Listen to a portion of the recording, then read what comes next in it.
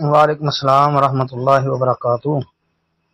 جی آپ نے یہ جو کیلنڈر بھیجا ہے اس میں جو حدیث لکھی ہے نا، عمرہ کا ثواب حج کے برابر، کہ عبداللہ بن عباس رضی اللہ عنہ سے روایت ہے، نبی کریم صلی اللہ علیہ وسلم نے فرمایا ماہ رمضان میں عمرہ کرنا حج کے برابر۔ مسند احمد کا حوالہ اس میں دیا ہے۔ کہتے ہیں جی تحقیق فرما دے۔ جی حدیث صحیح ہے جی، یہ مسند احمد کے اندر تو نہیں، میں نے فی الوقت دیکھی اس کو، البتہ یہ حدیث تو صحیح بخاری کے اندر 1782 نمبر پر، اور اس کے علاوہ یہ صحیح مسلم کے اندر بھی موجود ہے۔ امام مسلم رحمۃ اللہ علیہ نے اس کے اوپر باب قائم کیا ہے، باب فضل العمرہ فی رمضان۔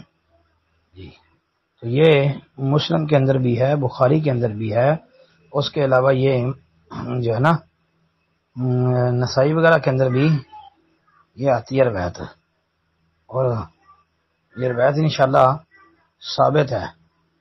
البتہ یہ نا مسند احمد میں موجود ہے، میں نے دیکھی نہیں ہے، کیونکہ مسند احمد کے اندر یہ ہے ضرور، تو سنن ابن ماجہ کے اندر بھی یہ آتی ہے روایت، جو ہے نا وہ بھائی ثابت ہے جی انشاءاللہ۔ السلام علیکم ورحمۃ اللہ۔